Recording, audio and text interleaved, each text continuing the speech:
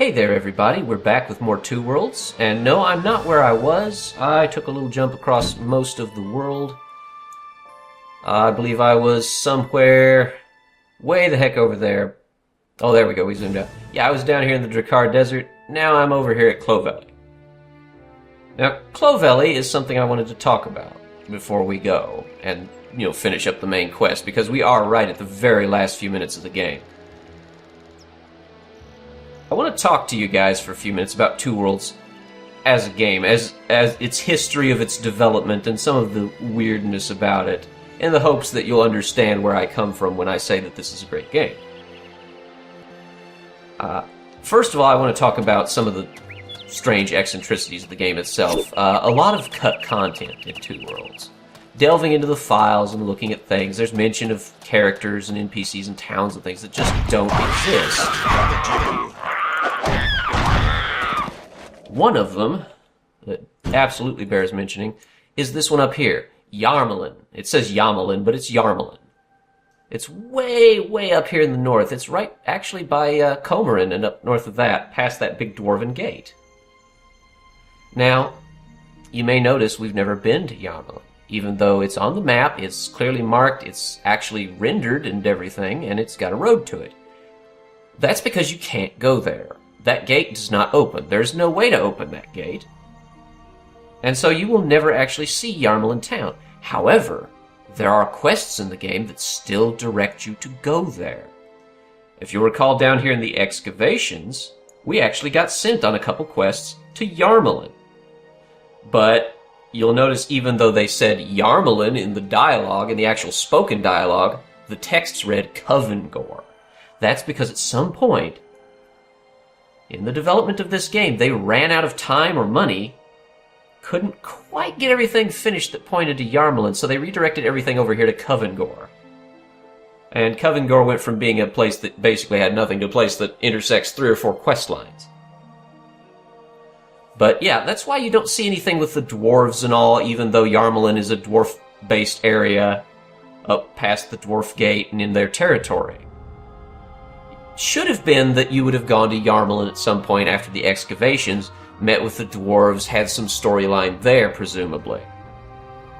But that whole section was just cut from the game, and we don't really know what happens up in Yarmalin. You can go there via cheating, but there's nothing there. It's just an empty city that's rendered, but has nothing in it. Another thing I want to point out is this mysterious area over here, around this central teleport with the 4 Grom camps. Now, there's a major road here, and you'll notice that the major road is a very thick line. It runs everywhere in the game. However, this road's not connected to anything. Now, another bit of strange cut content is this area was supposed to be more important. This road over here, from this Grom camp, running all the way down where this mountain is, basically, between the excavations and the Grom camps. That mountain is not there in the earlier build of the game. The strategy guide actually shows this road as being connected. But the interesting thing is, the strategy guide was made by the game devs, like put out by their studio, and it shows a build of the game that no one has ever seen before. All the NPCs look completely different. The game art looks different. At some point in development, that means that all of the characters got a complete graphical overhaul. They actually don't look as good as they did, strangely. It may have been for performance reasons. But at some point in the game, they looked more like they did in the intro cutscene, which you'll notice nobody looked the way they did in the game in that. That's because that cutscene is from the earlier build of the game. But while we're on the subject of cut content, I want to show you some optional content that may as well be cut because most people will never see it. We're standing outside Clovelly, which is off on the coast where we've never really ever been. There's a reason for this. No quest will ever take you to Clovelly.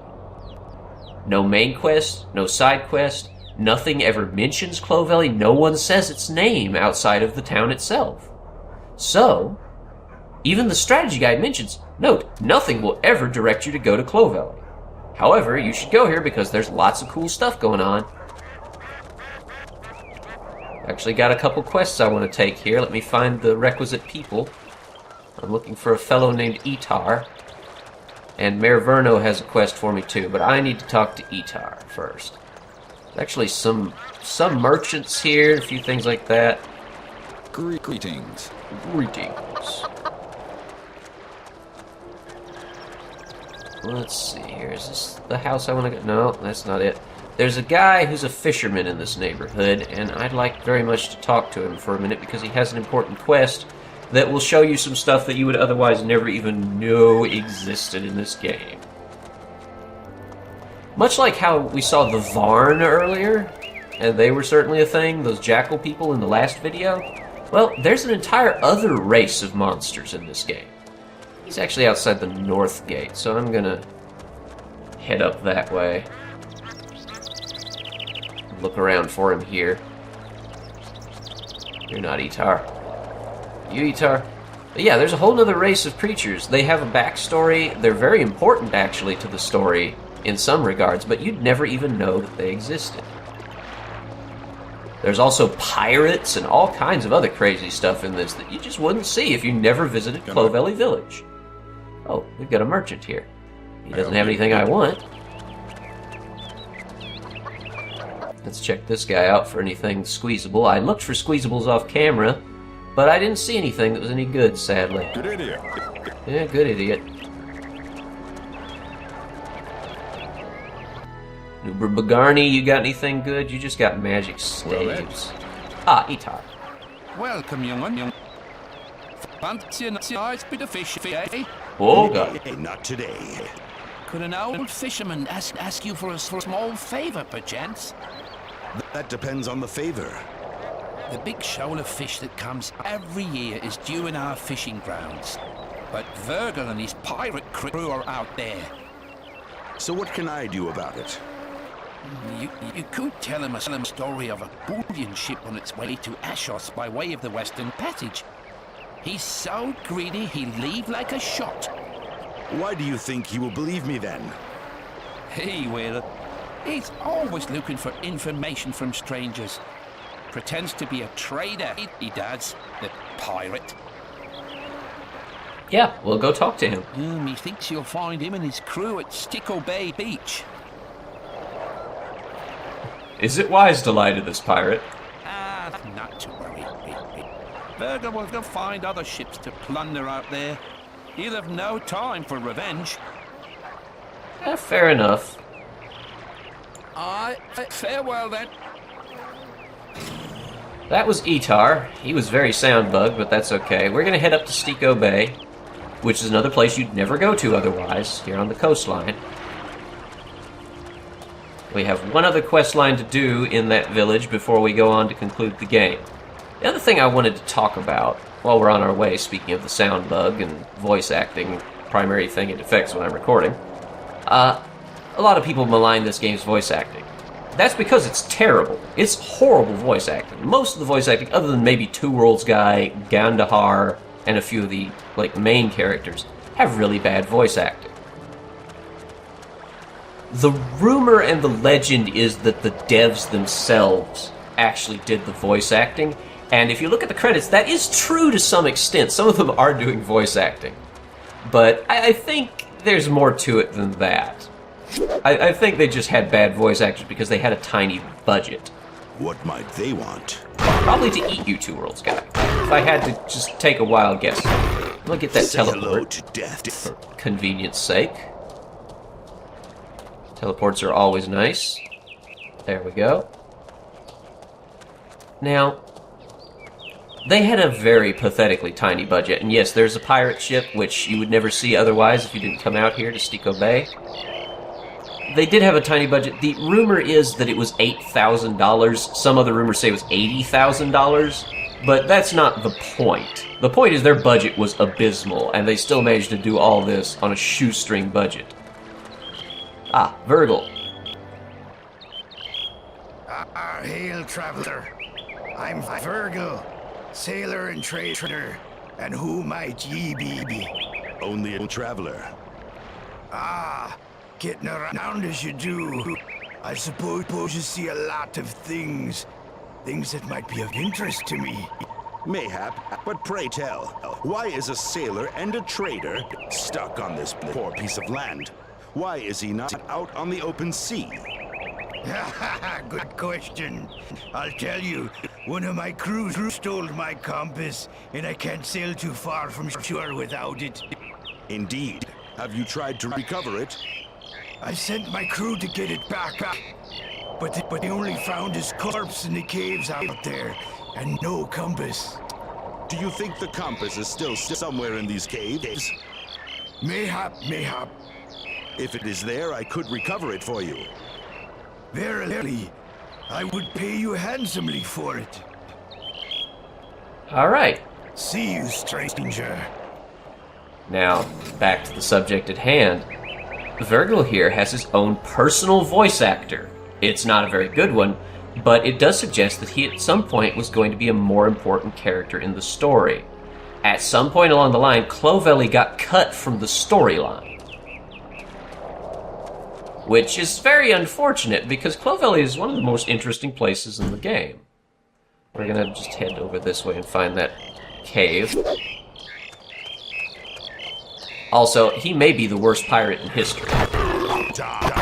Somebody stole his compass, and now he can't pirate.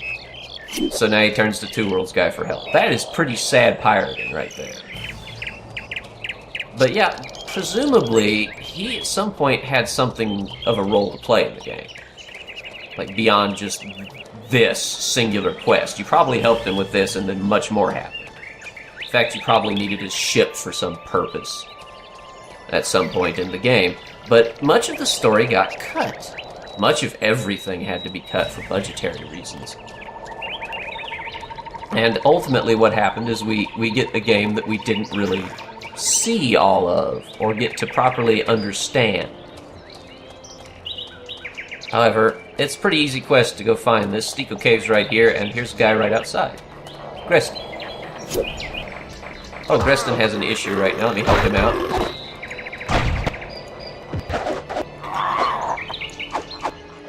Darn Reapers. There, put that. Greston. Greston? Greston? Need to talk to you, Greston. There we go. Who are you?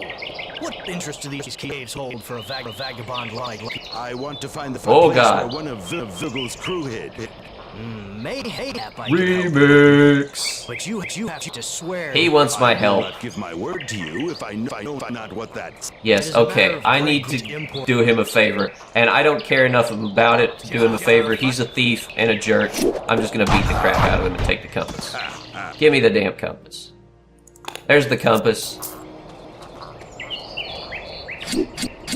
I have no time for your stupid favors anymore. I've done enough crap for the people of this country. He had a quest, but it's a lousy quest, and I don't want to mess with it. The sound bug is terrible in this part of the world. My save file is getting bloated to massive proportions, and I need to finish this. Here's your damn compass. You came back, eh? With or without my compass, eh? That looks like you're wearing a I have sombrero. it here. Here's your money. We can sail away from here now. So, mayhap we'll meet again? See you, stranger. This guy with his totally unique outfit and everything has only that to do with the game. No, there was more to him than that at some point. Virgil was going to be some major character that you had dealings with for whatever reason. We'll never know the mystery behind that one, sadly. But Clovelly also has some important side story stuff that we need to address, and we're going to go do that right now. We're going to see a whole new race of monsters. They have their own backstory. They're actually semi-important since they have to do with a god. And this game is about various gods and the things surrounding them, as we've seen with the whole bit with trying to bring back Aziral, god of the orcs and all.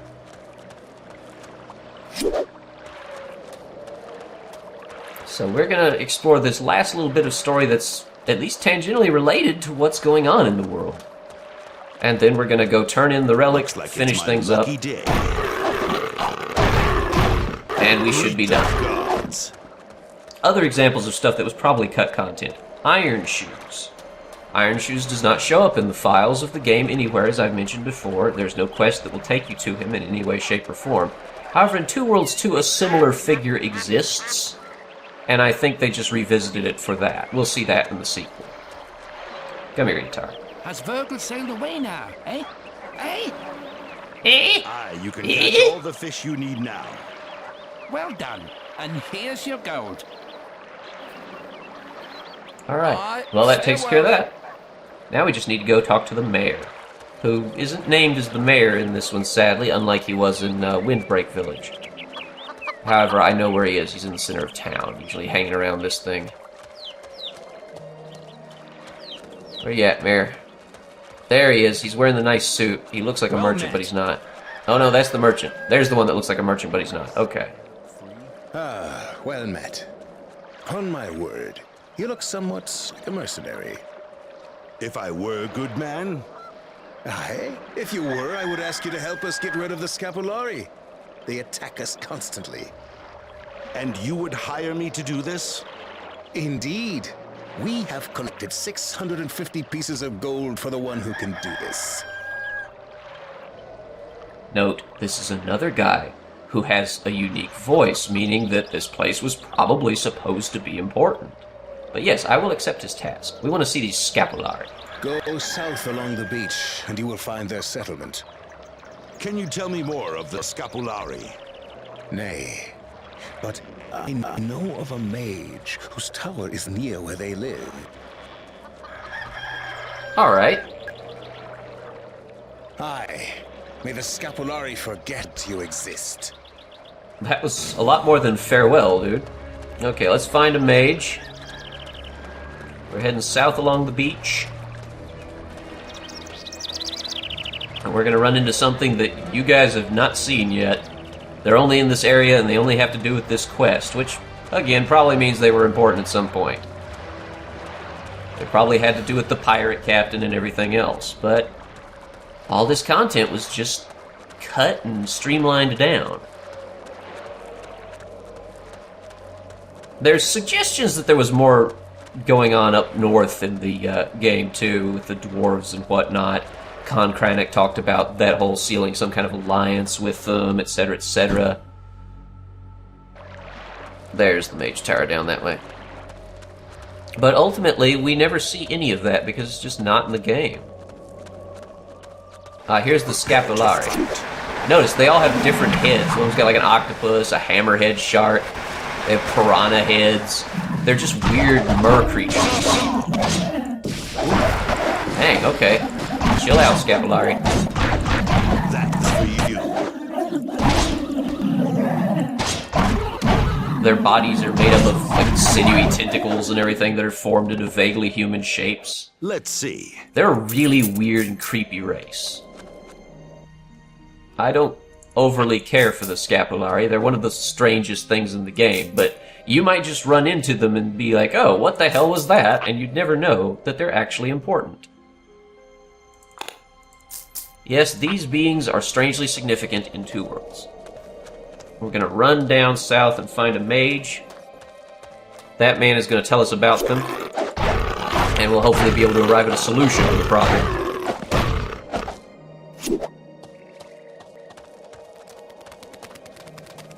It is a shame, really, that so much was cut from this game. Like so many RPGs, stuff just doesn't quite make it. See Chrono Trigger and Saga... Saga... Was it Saga Frontier that had all the cut content? Well, all the Saga games did, really. So many great games. Two Worlds, I consider a great game, even though most people won't. Suffer from great deals of cut content. There's just so much they want to do, and then budget runs out or time runs out. It just never really materializes. This game is sadly no exception, and I guess it's to be expected with whatever little budget they had, be it 8,000 or 80,000 or whatever it was. It wasn't much, as you can probably tell. And yet, at the same time, with that limited budget, they decided to give the entire game a graphical overhaul when it was already completely done. It's very strange. Oh, there's the guy. I'll just talk to him. I won't break his lock. Good. Hey, talk. A stranger. Ah, and what, pray, do you want of a poor old man? I need to gather information about the Scapulari. They seem to harass the people of Clovelly at will. Scapulari? Ah, you have come to the right place. I study the Scapulari. Ah, so what can you tell me of these creatures? In this case, when the Scapulari appear, Yatolin is angered. And until Yatolin is satisfied... Can any action be taken? Aye, stranger. But the instrument and the cause of his anger must first be known. I believe that these originate in the dunes near Clovelly. If you wish to help, you must go back to the village and find out what occurred. Okay.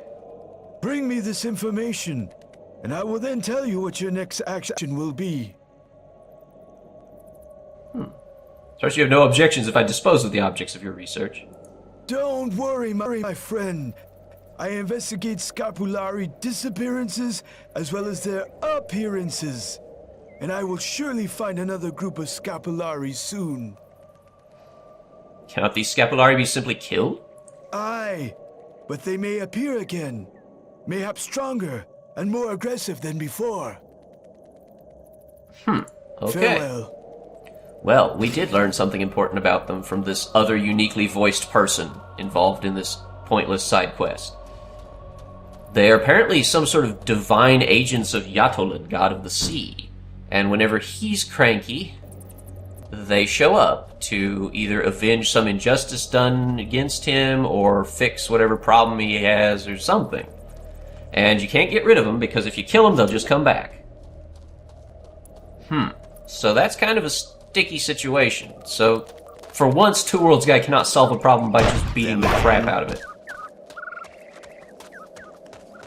We're gonna have to go figure out what the problem with these Scapulari are and how to get rid of them. There's a bunch of them over there. We don't really want to fight them because he's right, they actually do come back. And they get pretty nasty. Not that we couldn't kill them, but there's not much point. Let's talk to this person here. Broven. Traveler, what brings you here? I need some information. I have no secrets. You may ask freely. Did anything untoward occur in Clovelly of late? My brother died over 3 months ago. His wife, Amerline, is in great despair. She weeps still. And you? Do you not grieve for your brother? Life goes on. I still live. Unfortunately, Amerline is not of this world through sadness. Where does Amerline live? Her house is next to mine. She often walks along the shore, but she's usually home at this time. I thank you. Aye, 'tis good. Farewell.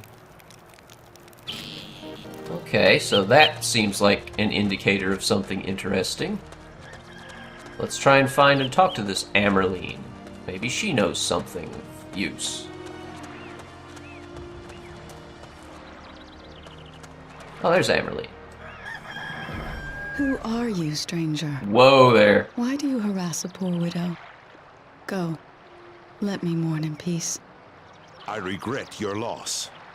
We were so happy. My husband Darvin was a wonderful husband and fisherman.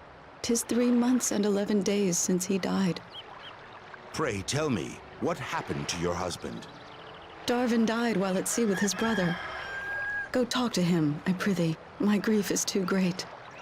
You must have loved him indeed. Verily, I loved my husband. But Yatolin, ruler of the sea, took him from me, although we always made proper sacrifices to the god. Does Yatolin anger you still? Aye, and I have cursed him. I do not know if that was wise. Leave me with my grief, I prithee. Well, she's unique because she's fat, which no one else in this world is. She has her own model, she has her own voice. But strangely, she seems to have yelled Yatolin and cursed him.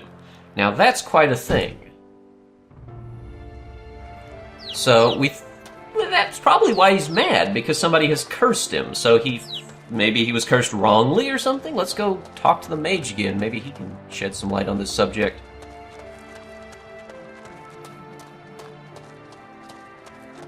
He's just south of here, near that big scary Scapulari camp that we don't want to mess with. They have their own buildings, their own structures in their little war camp. They're such a cool bunch.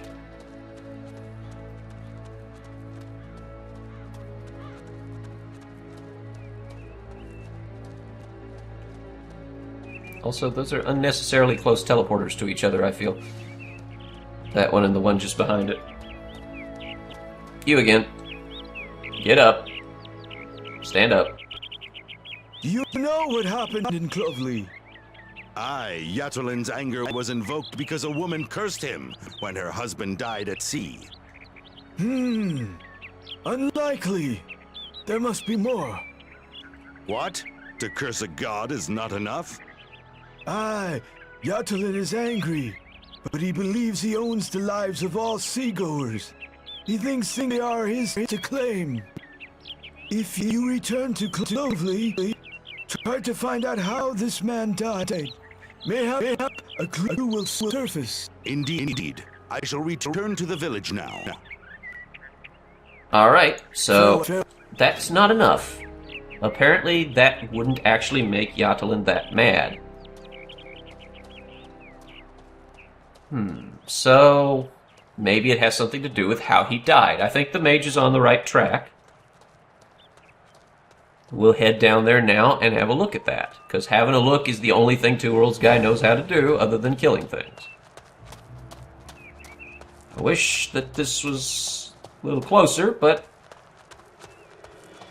we should get some talk in with these guys, maybe get down to the bottom of this before the end of the episode.